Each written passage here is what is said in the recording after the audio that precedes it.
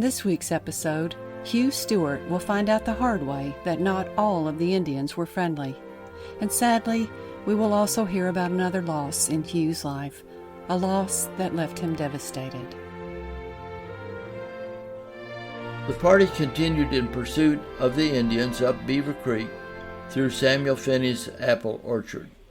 The Indians told the boys to take plenty of apples. They wouldn't get anything to eat for a long time. They escaped into the mountains with the two boys. Nothing was known of their whereabouts for several years, and the boys were presumed dead.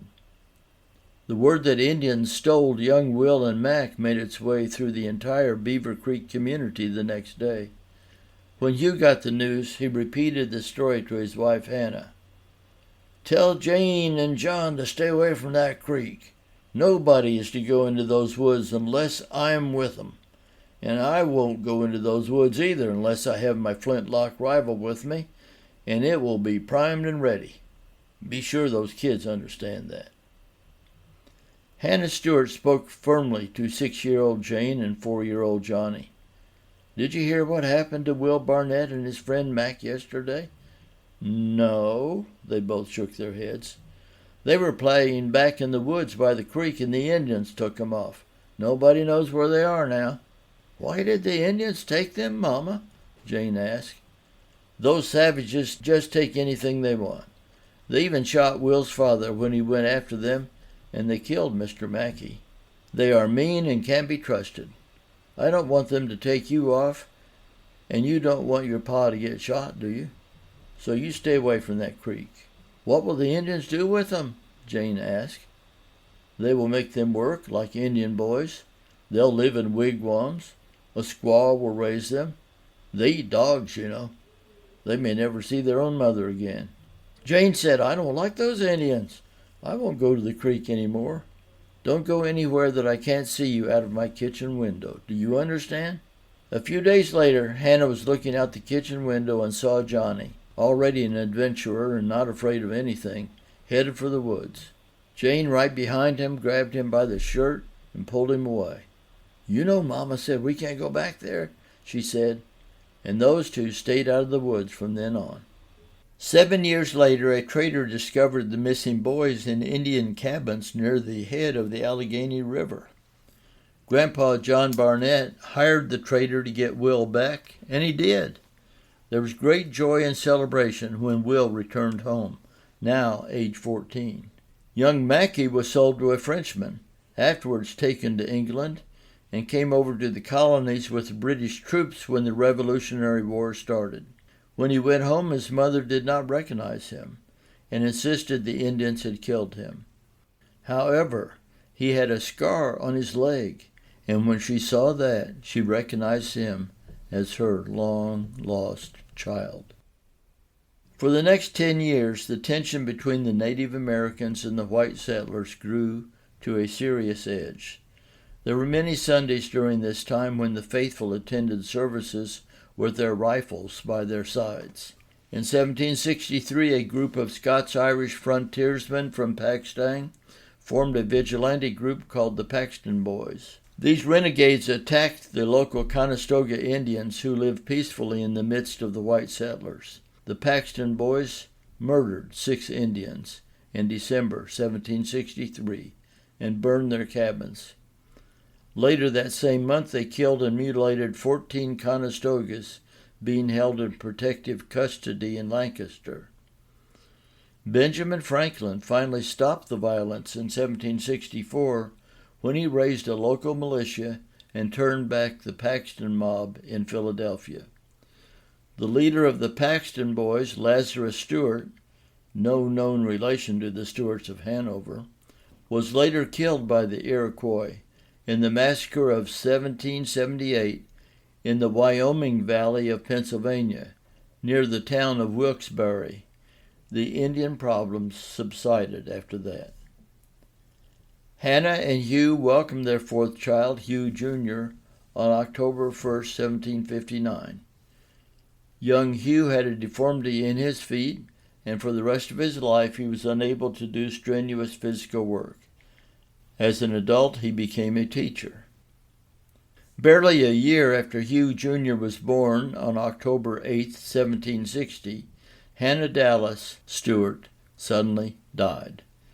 She was laid to rest in the Newside graveyard, new at the time of her death.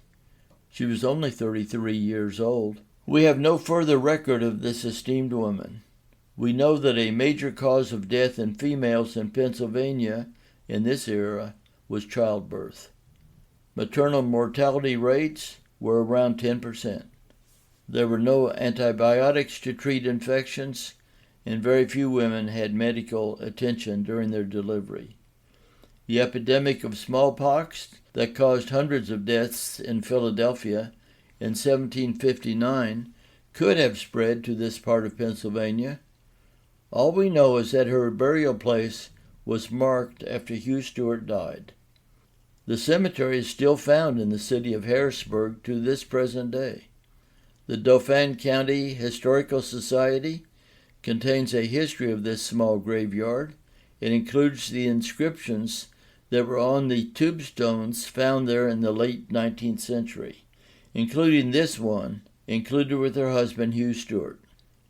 It reads, Hannah Stewart, spouse of said Stewart, who departed this life the 8th of October, 1760, aged 33 years. A devastated 41-year-old Hugh Stewart now faced the daunting task of raising his 4 young children, aged 1 through 9. There were very few citizens of Hanover Township at that time. Their location was sparsely inhabited, primitive, and as yet untamed. Their church community was unquestionably a source of strength and support for Hugh and his family. Hugh and his descendants remained staunch Presbyterians all the time they lived in Pennsylvania. Hugh was the main supporter of the Old Covenanter Church, where Reverend John Roan was the pastor from the time he arrived in 1747 until he died in 1775. It was Pastor Roan who would have presided at the Newside graveyard services when Hannah Stewart was buried in 1760. Hugh occupied himself following Hannah's death by building a home for his family, a log house on Beaver Creek. This grand homestead was completed in 1763 and remained in the family for 118 years. Robert Stewart, grandson of Hugh Stewart, was living in the family home when Isaac Moorhead wrote an eyewitness account of the house in 1866. The following account is recorded in the old Hanover Church records at the Historical Society of Dauphin County. Isaac Moorhead quotes Mrs. Sarah Barnett Stewart, wife of Robert Stewart. Yes, John will go over and show you where Grandpap Barnett was shot and where Uncle William was carried off by the Indians. You must go out and look at the old house. Grandpap, Robert Stewart, Hugh's son, lived there. It's more than 100 years old. There are portholes in it to fire on the Indians. Oh, what times they had then. If you could only have heard the old people tell how they bid each other goodbye after prayers when they lay down to sleep. The Indians were all about them. Hugh married a second time in 1764 to a widow, Mrs. Nancy Moore, who was born Agnes Crane in 1735. Her maiden name was Crane until her first marriage. Her first name was Agnes, for which Nancy was a nickname in this time. Mrs. Moore had 2 children by their first husband, who were named William and Nancy. Hugh had been despondent since the death of his first wife, Hannah.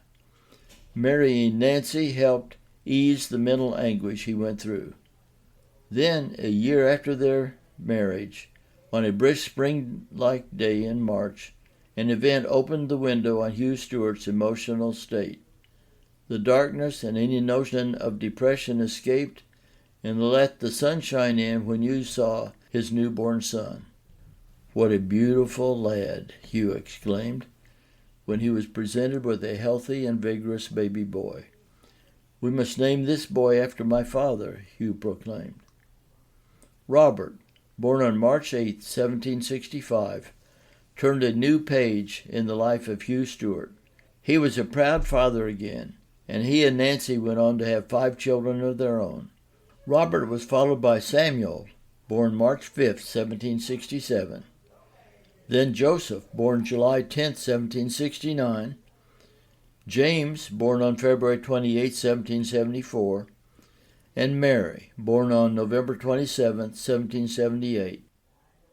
Mary was the first of the family to be born in the newly established United States of America. During this time, Hugh and Nancy cared for 11 children, 4 from Hugh's first marriage, 2 from Nancy's first marriage, and 5 of their own. It's interesting to note that none of the 9 children that Hugh Stewart fathered was conceived in the summer, between June 21st and September 21st.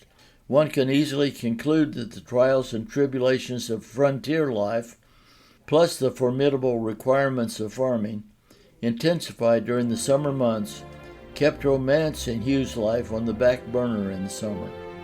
Their house on Beaver Creek would have been a busy place just trying to keep up with all the needs of that large family.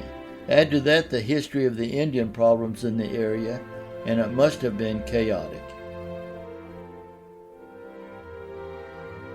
Next week, we'll wrap up Chapter 4 of Lands Where My Fathers Died, as Hugh and Nancy Stewart's son, John, announces his plans to join the Continental Army.